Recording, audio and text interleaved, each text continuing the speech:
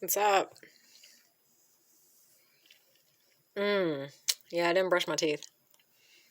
Oh, I don't have anything in my teeth. Whatever. This is why I don't attempt makeup. Do you see this? I clearly don't know what I'm doing. So why even try? Like, it's not. Once upon a time, I was actually pretty good at makeup because I actually did my makeup like every day. And then at a certain point, I was like, why do I do this? This is stupid and it costs a lot of money. And then people see me at my best all the time. So then if I happen to be having a bad day and they have to see me at my worst, it's like all day long on top of having a bad day, I'm getting basically insults. You know what I mean? Like, they're not meaning to insult me, but they're insulting me all day long while I'm having a bad day just because I don't look as pretty as I usually look. So, yeah, I just one day when I was around 20, waiting tables for a living, I was like, what if I just stop? You know, what if I just stop putting on my club face every single day and only put the club face on when I go to the club? And then people get used to just seeing me how I look. So that then whenever I feel like putting on my club face, then they see me at my best and I get compliments that whole day because the baseline is normal and everything from there is an improvement, as opposed to the baseline being the absolute best I can possibly look. And any day I don't live up to that, I have to hear about it all day long. So the older I got, the more days I would use less makeup until eventually I didn't really even care anymore whether I had makeup on or not. Just saying, nothing wrong with makeup, and I would be more into it if my life circumstances were different and allowed for it, but if you don't find me attractive because I'm not made up enough for you, then chances are you're probably too made up for me.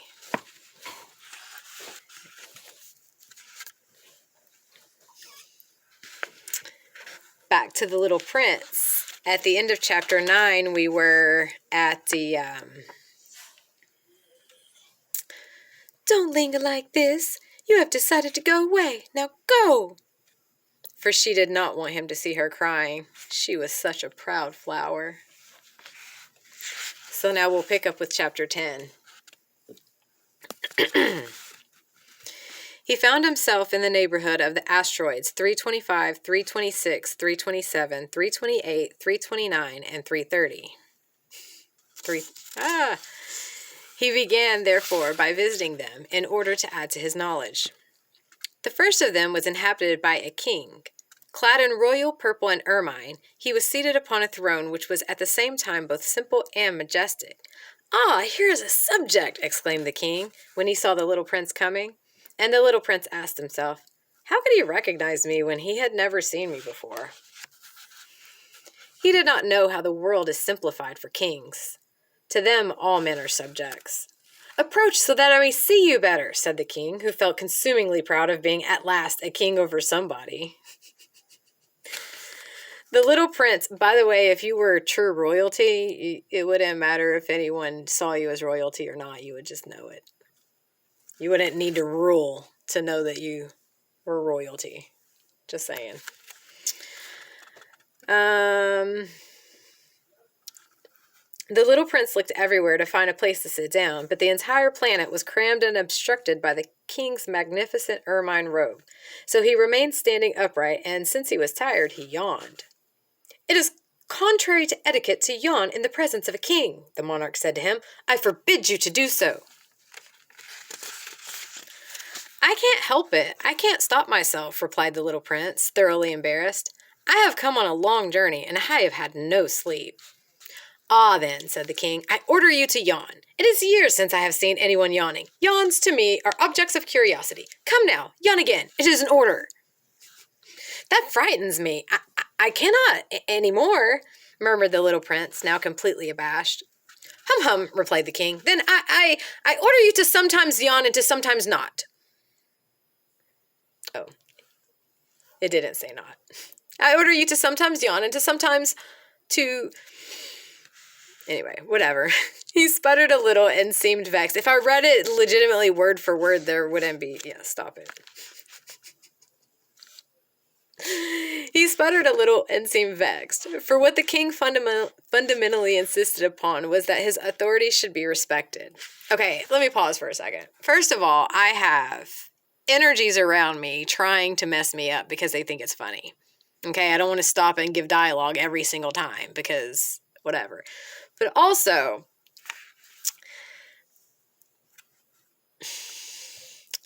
aside from not having as much practice with reading as I should at this point, because I don't read as much as I should at this point in my life, I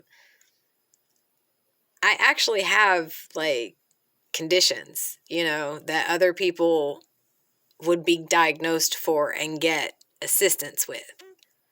So, you know, I haven't been diagnosed with any of the conditions that I have because they were never prominent enough to present what at the time would have been an obvious, you know, impediment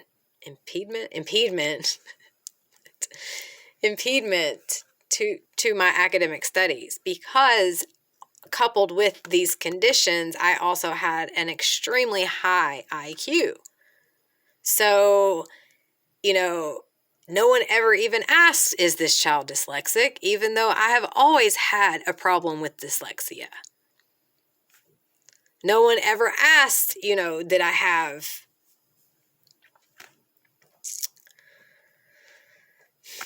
ADD? You know, like, just whatever. It wasn't a thing back then, because back then, if you got good grades and were well behaved, then there was nothing wrong with you, and no one thought to even question why you weren't performing as well as maybe you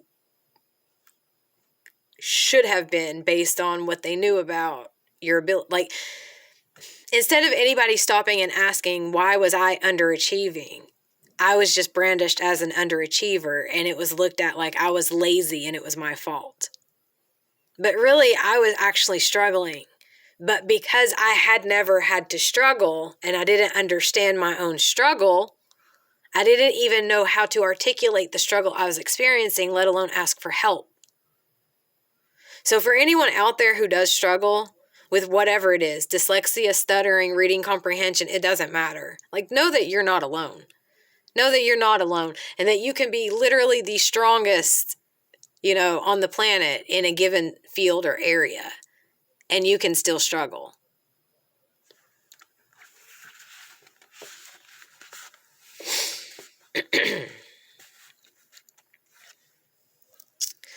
For what the king fundamentally insisted upon was that his authority should be respected. He tolerated no disobedience. He was an absolute monarch. But because he was a very good man, he made his orders reasonable.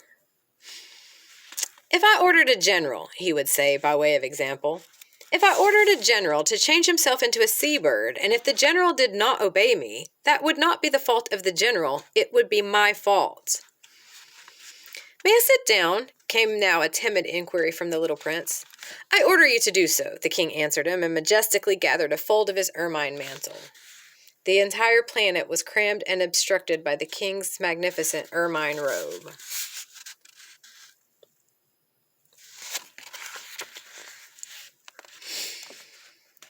But the little prince was wondering. The planet was tiny. Over what could this king really rule? Sire, he said to him, I beg that you will excuse my asking you a question. I order you to ask me a question, the king hastened to assure him. Sire, over what do you rule? Over everything, said the king with magnificent simplicity. Over everything? The king made a gesture, which took in his planet, the other planets, and all the stars. Over all that? Asked the little prince. "Over all that," the king answered, for his rule was not only absolute, it was also universal. "And the stars, they obey you?" "Certainly they do," the king said. "They obey instantly. I do not permit insubordination." Such power was a thing for the little prince to marvel at. If he had been master of such complete authority, he would have been able to watch the sunset not 44 times in one day, but 72, or even 100, or even 200 times, without ever having to move his chair. And because he felt a bit sad as he remembered his little planet which he had forsaken, he plucked up his courage to ask the king a favor. "I should like to see a sunset. Do me that kindness. Order the sun to set." "If I ordered a general to fly from one flower to another like a butterfly, or to write a tragic drama, or to change himself into a seabird, and if the general did not carry out that order that he received, which one of us would be in the wrong?" the king demanded. "The general or myself?" "You," said the little prince firmly. "Exactly. One must require from each one the duty which each one can perform." Write that down. That's scripture, 11:11. One must require from each one the duty which each one can perform. The king went on, "Accepted authority rests first of all on reason. If you ordered your people to go and throw themselves into the sea, they would rise up in revolution. I have the right to require obedience because my orders are reasonable." "Then my sunset," the little prince reminded him, for he never forgot a question once he asked it. "You shall have your sunset. I shall command it, but according to my science of government, I shall wait until conditions are favorable." "When will that be?" inquired the little prince. "Hum, hum," replied the king, and before saying anything else, he consulted a bulky almanac. "Hum, hum, that will be this evening about 20 minutes to 8, and you will see how well I am obeyed." The little prince yawned. He was regretting his lost sunset, and then, too, he was already beginning to be a little bored.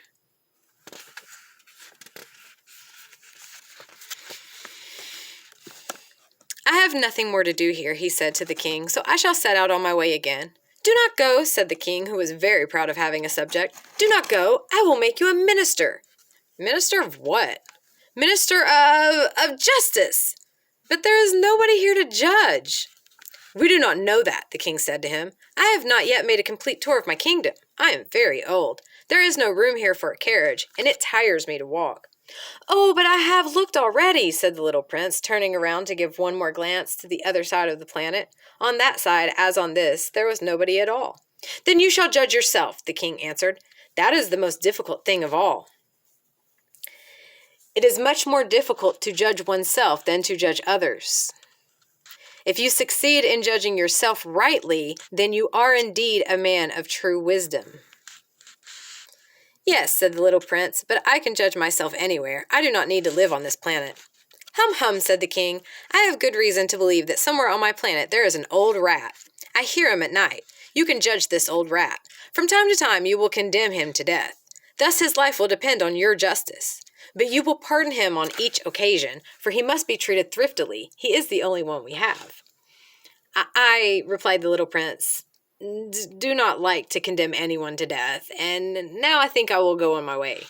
"No," said the king, but the little prince, having now completed his preparations for departure, had no wish to grieve the old monarch. "If your majesty wishes to be promptly obeyed," he said, "he should be able to give me a reasonable order. He should be able, for example, to order me to be gone by the end of 1 minute. It seems to me that conditions are favorable." As the king made no answer, the little prince hesitated a moment. Then with a sigh he took his leave. "I make you my ambassador," the king called out hastily. He had a magnificent air of authority. "The grown-ups are very strange," the little prince said to himself as he continued on his journey. Chapter 11. The second planet was inhabited by a conceited man. Ah, I am about to receive a visit from an admirer," he exclaimed from afar when he first saw the little prince coming. For to conceited men, all other men are admirers. "Good morning," said the little prince. "That is a queer hat you're wearing." "It is a hat for salutes," the conceited man replied. "It is to raise and salute when people acclaim me. Unfortunately, nobody at all ever passes this way." Yes, said the little prince, who did not understand what the conceited man was talking about. Clap your hands one against the other, the conceited man now directed him. The little prince clapped his hands. The conceited man raised his hat in modest salute. This is more entertaining than the visit to the king, the little prince said to himself, and he began again to clap his hands one against the other. The conceited man again raised his hat in salute. After 5 minutes of this exercise, the little prince grew tired of the game's monotony. 5 minutes? That's a long time. And what should one do to make the hat come down, he asked. But the conceited man did not hear him. Conceited people never hear anything but praise. Do you really admire me very much? He demanded of the little prince. What does that mean, admire? I'm about to receive a visit from an admirer.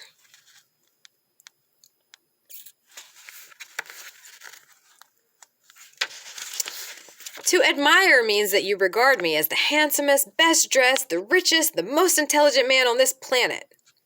But you are the only man on your planet. Do me this kindness. Admire me just the same.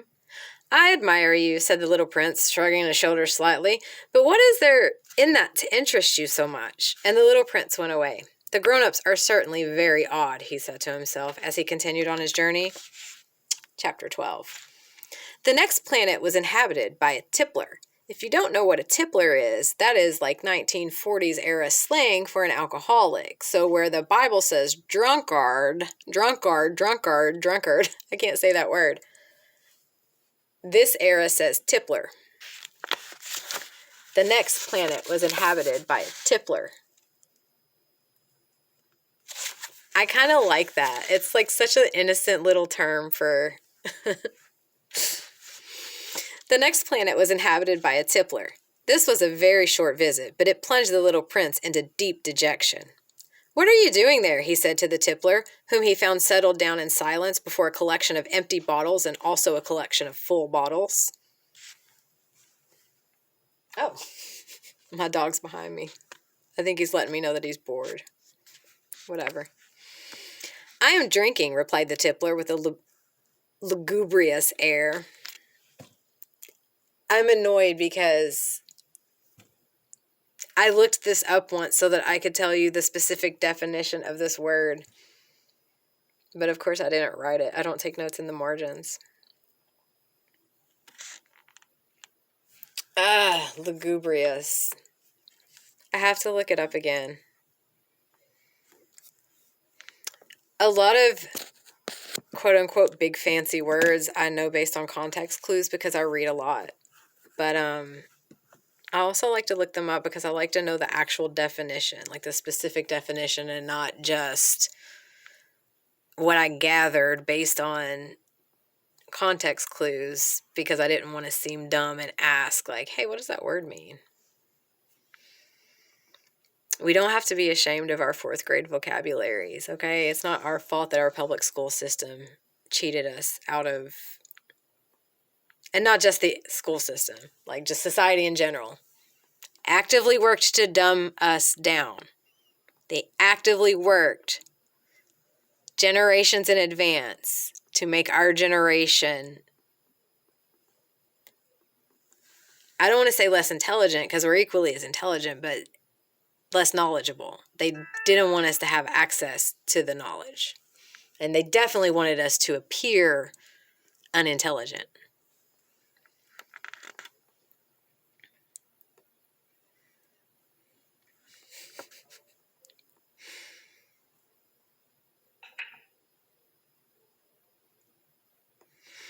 Mournful, dismal, or gloomy, especially in an affected, exaggerated, or unrelieved manner. Lugubrious songs of lost love.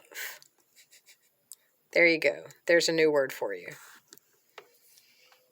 If it's not a new word for you, kudos to you for having a good education. I am drinking, replied the tippler with a lugubrious air. Why are you drinking? Demanded the little prince. So that I may forget, replied the tippler. Forget what? Inquired the little prince, who already was sorry for him. Forget that I am ashamed, the tippler confessed, hanging his head. Ashamed of what? Insisted the little prince, who wanted to help him. Ashamed of Drinking! The tippler brought his speech to an end and shut himself up in an impregnable silence. And the little prince went away puzzled. The grown-ups are certainly very, very odd, he said to himself as he continued on his journey. I do feel really bad for the tipplers of the world. It's a tough cycle to get yourself out of. Hang in there. Chapter 13. The fourth planet belonged to a businessman. This man was so much occupied that he did not even raise his head at the little prince's arrival. "Good morning," the little prince said to him. "Your cigarette has gone out." 3 and 2 make 5, 5 and 7 make 12, 12 and 3 make 15. Good morning. 15 and 7 make 22, 22 and 6 make 28. I haven't time to light it again. 26 and 5 make 31. Phew! Then that makes 501,622,731. 500 million what? Asked the little prince. Are you still there? 501 million. I can't stop. I have so much to do. I am concerned with matters of consequence. I don't amuse myself with balderdash. 2 and 5 make 7. It's what most of y'all look like, and it seems like a waste of time and energy, personally. 501 million what? Repeated the little prince, who never in his life had let go of a question once he had asked it. The businessman raised his head. During the 54 years that I have inhabited this planet, I have been disturbed only 3 times. The first time was 22 years ago when some giddy goose fell from goodness knows where. He made the most frightful noise that resounded all over the place, and I made 4 mistakes in my addition. The second time, 11 years ago, I was disturbed by an attack of rheumatism. I don't get enough exercise. I have no time for loafing. The third time, well, this is it. I was saying then, 501 millions. Millions of what? The businessman suddenly realized that there was no hope of being left in peace until he answered the question. Millions of those little objects, he said, which one sometimes sees in the sky. Flies? Oh no, little glittering objects. Bees? Oh no, little golden objects that set lazy men to idle dreaming. As for me, I am concerned with matters of consequence. There is no time for idle dreaming in my life. Oh, you mean the stars? Yes, that's it, the stars. And what do you do with 500 million of stars?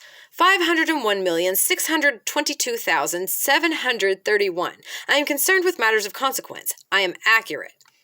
And what do you do with these stars? What do I do with them? Yes. Nothing. I own them. You own the stars? Yes. But I have already seen a king who...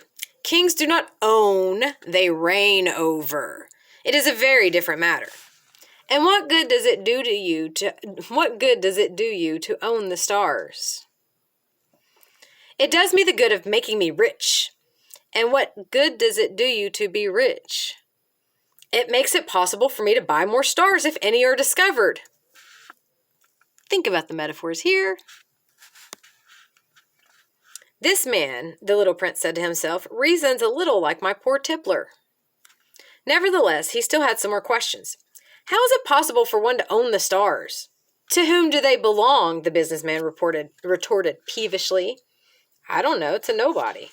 Then they belong to me because I was the first person to think of it.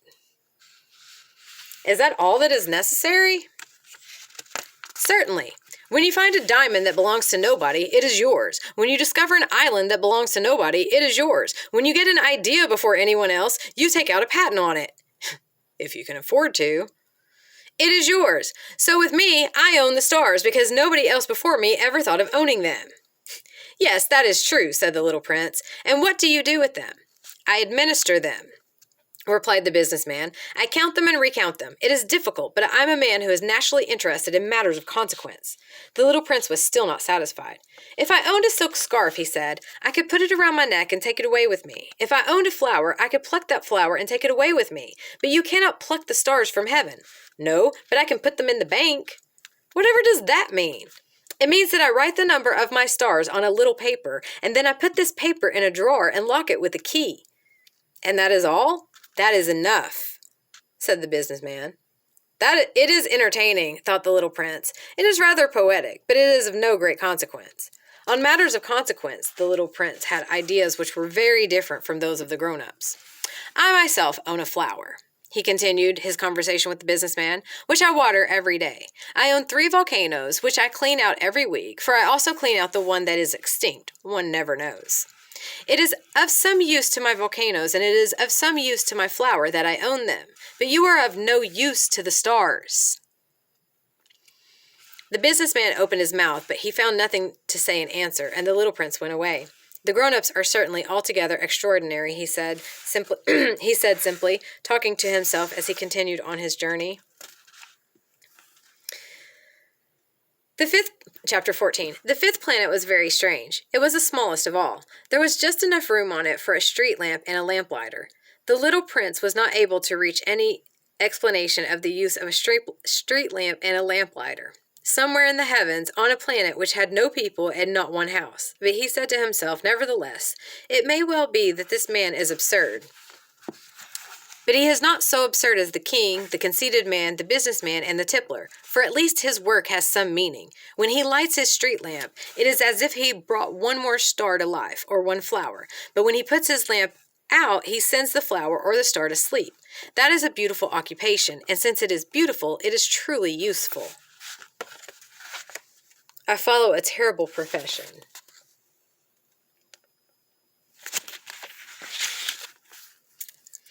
When he arrived on the planet, he respectfully saluted the lamplighter. Good morning. Why have you just put out your lamp? Those are the orders, replied the lamplighter. Good morning. What are the orders? The orders are that I put out my lamp. Good evening. And he lighted his lamp again. But why have you just lighted it again? Those are the orders, replied the lamplighter. I do not understand, said the little prince. There is nothing to understand, said the lamplighter. Orders are orders. Good morning. And he put out his lamp. Then he mopped his forehead with a handkerchief decorated with red squares. I follow a terrible profession. In the old days it was reasonable. I put the lamp out in the morning, and in the evening I lighted it again. I had the rest of the day for relaxation and the rest of the night for sleep. And the orders have changed since that time? The orders have not been changed, said the lamplighter. That is the tragedy. From year to year, the planet has turned more rapidly, and the orders have not been changed. Then what? Asked the little prince. Then the planet now makes a complete turn every minute, and I no longer have a single second for repose. Once every minute, I have to light my lamp and put it out. That is very funny. A day lasts only 1 minute here where you live? It is not funny at all, said the lamplighter. While we have been talking together, a month has gone by. A month? Yes, a month. 30 minutes, 30 days. Good evening. And he lighted his lamp again. As the little prince watched him, he felt that he loved this lamplighter who was so faithful to his orders. He remembered the sunsets which he himself had gone to seek in other days, merely by pulling up his chair, and he wanted to help his friend. You know, he said, I can tell you a way you can rest whenever you want to. I always want to rest, said the lamplighter. For it is possible for a man to be faithful and lazy at the same time. The little prince went on with his explanation. Your planet is so small that 3 strides will take you all the way around it. To be always in the sunshine, you need only walk along rather slowly. When you want to rest, you will walk, and the day will last as long as you like. That doesn't do me much good, said the lamplighter. The one thing I love in life is to sleep. Then you're unlucky, said the little prince. I am unlucky, said the lamplighter. Good morning, and he put out his lamp. That man, said the little prince to himself as he continued farther on his journey, that man would be scorned by all the others, by the king, by the conceited man, by the tippler, by the businessman. Nevertheless, he is the only one of them all who does not seem to me ridiculous. Perhaps that is because he is thinking of something else besides himself. He breathed a sigh of regret, and he said to himself again, that man is the only one of them all whom I could have made my friend. But his planet is indeed too small. There is no room on it for 2 people. What the little prince did not dare confess was that he was sorry most of all to leave this planet because it was blessed every day with 1,440 sunsets. Chapter 15.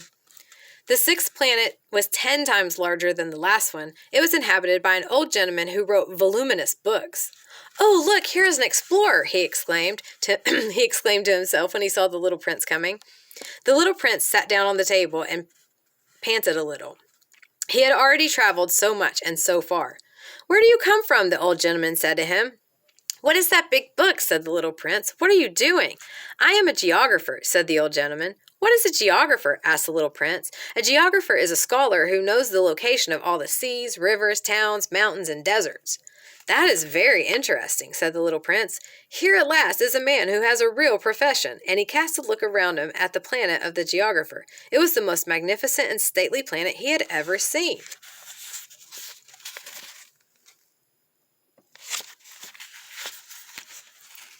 "Your planet is very beautiful," he said. "Has it any oceans?" "I couldn't tell you," said the geographer. Aw, the little prince was disappointed. "Has it any mountains?" "I couldn't tell you," said the geographer. "And towns and rivers and deserts?" "I couldn't tell you that either." "But you are a geographer." "Exactly," said the geographer said. "But I am not an explorer. I haven't a single explorer on my planet. It is not the geographer who goes out and counts the towns, the rivers, the mountains, the seas, the oceans, and the deserts. The geographer is much too important to go loafing about." He does not leave his desk, but he receives the explorers in his study. He asks them questions, and he notes down what they recall of their travels. And if the recollections of anyone among them seem interesting to him, the geographer orders an inquiry into that explorer's moral character. Why is that? Because an explorer who told lies would bring disaster on the books of the geographer. So would an explorer who drank too much. "Why is that?" asked the little prince. "Because intoxicated men see double." Then the geographer would note down 2 mountains in a place where there was only 1. "I know someone," said the little prince, "who would make a bad explorer." "That is possible. Then, when the moral character of the explorer is shown to be good, an inquiry is ordered into his discovery. One goes to see it? No, that would be too complicated, but one requires the explorer to furnish proofs. For example, if the discovery in question is that of a large mountain, one requires that large stones be brought back from it." The geographer was suddenly stirred to excitement. "But you come from far away. You are an explorer. You shall describe your planet to me." And having opened his big register, the geographer sharpened his pencil. The recitals of explorers are put down first in pencil. One waits until the explorer has furnished proofs before putting them down in ink. "Well?" said the geographer expectantly. "Oh, where I live," said the little prince, "it is not very interesting. It is all so small. I have 3 volcanoes. 2 volcanoes are active, and the other is extinct. But one never knows." "One never knows," said the geographer. I have also a flower." "We do not record flowers," said the geographer. "Why is that? The flower is the most beautiful thing on my planet." "We do not record them," said the geographer, "because they are ephemeral." "What does that mean, ephemeral?" "Geographies," said the geographer, "are the books which, of all books, are most concerned with matters of consequence. They never become old-fashioned. It is very rarely that a mountain changes its position. It is very rarely that an ocean empties itself of its waters. We write of eternal things." "But extinct volcanoes may come to life again," the little prince interrupted. "What does that mean, ephemeral?" "Whether volcanoes are extinct or alive, it comes to the same thing for us," said the geographer. "The thing that matters to us is the mountain. It does not change." "But what does that mean, ephemeral?" repeated the little prince, who never in his life had let go of a question once he had asked it. "It means which is in danger of speedy disappearance." "Is my flower in danger of speedy disappearance?" "Certainly it is." "My flower is ephemeral," the little prince said to himself, "and she has only 4 thorns to defend herself against the world, and I have left her on my planet all alone." That was his first moment of regret, but he took courage once more. "What place would you advise me to visit now?" he asked. "The planet Earth," replied the geographer. "It has a good reputation." Maybe back then we did, still. And the little prince went away thinking of his flower. Chapter 16. So then the 7th planet was the Earth. The Earth was not just an ordinary planet. One can count there 111 kings, not forgetting, to be sure, the Negro kings among them. 7,000 geographers, 900,000 businessmen, 7.5 million tipplers, 311 million conceited men, that is to say, about 2 billion grown-ups. Keep in mind, this book was written less than 100 years ago, and the population of the Earth was less than a quarter what it is now.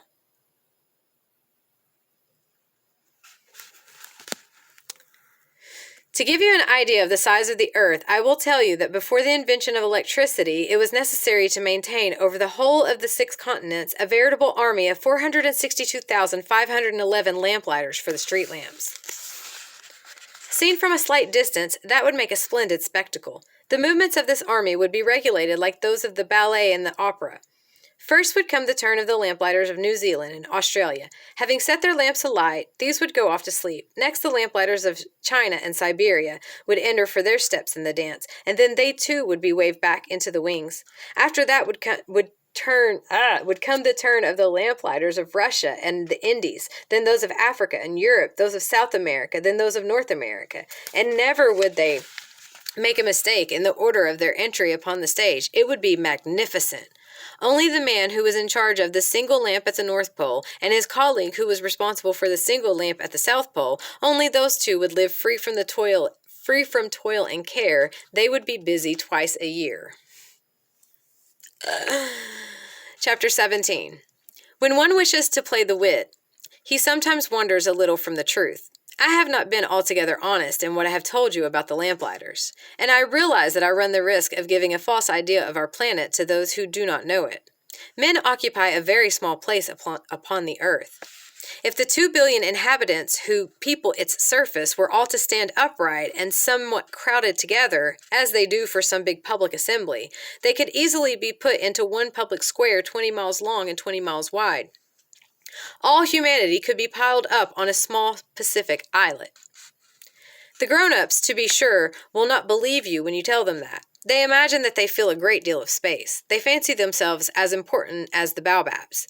You should advise them, then, to make their own calculations.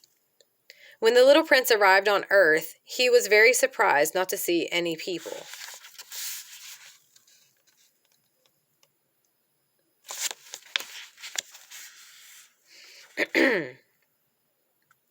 They adore figures, and that will please them. But do not waste your time on this extra task. It is unnecessary. You have, I know, confidence in me. When the little prince arrived on the earth, he was very much surprised not to see any people. He was beginning to be afraid he had come to the wrong planet, when a coil of gold, the color of the moonlight, flashed across the sand. "Good evening," said the little prince courteously. "Good evening," said the snake. "What planet is this on which I have come down?" asked the little prince. "This is the earth. This is Africa," the snake answered. "Ah, then there are no people on the earth." "This is the desert. There are no people in the desert. The earth is large," said the snake. The little prince sat down on a stone and raised his eyes toward the sky. "I wonder," he said, "whether the stars are set alight in heaven so that one day each one of us may find his own again. Look at my planet. It's right there above us, but how far away it is." "It is beautiful," the snake said. "What has brought you here?" "I have been having some trouble with a flower," said the little prince. "Ah," said the snake, and they both were silent. "You are a funny animal. You are no thicker than a finger."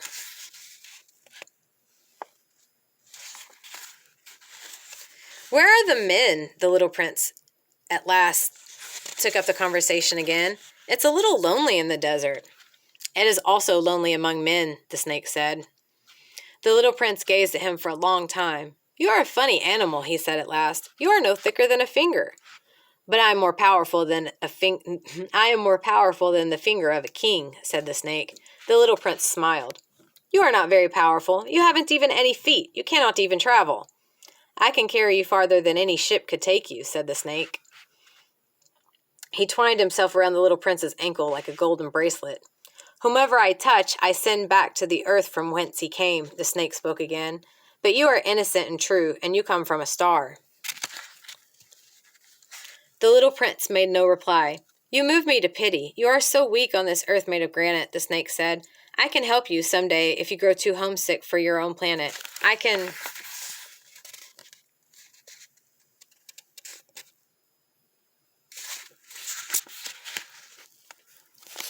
"Oh, I understand you very well," said the little prince. "But why do you always speak in riddles?" "I solved them all," said the snake, and they were both silent. Chapter 18. The little prince crossed the desert and met with only one flower. It was a flower with 3 petals, a flower of no account at all. "Good morning," said the little prince. "Good morning," said the flower. "Where are the men?" the little prince asked politely. The flower had once seen a caravan passing. "Men," she echoed. "I think there are 6 or 7 of them in existence. I saw them several years ago. But one never knows where to find them. The wind blows them away. They have no roots, and that makes their life very difficult." "Goodbye," said the little prince. "Goodbye," said the flower. That's 9 chapters. See you next time.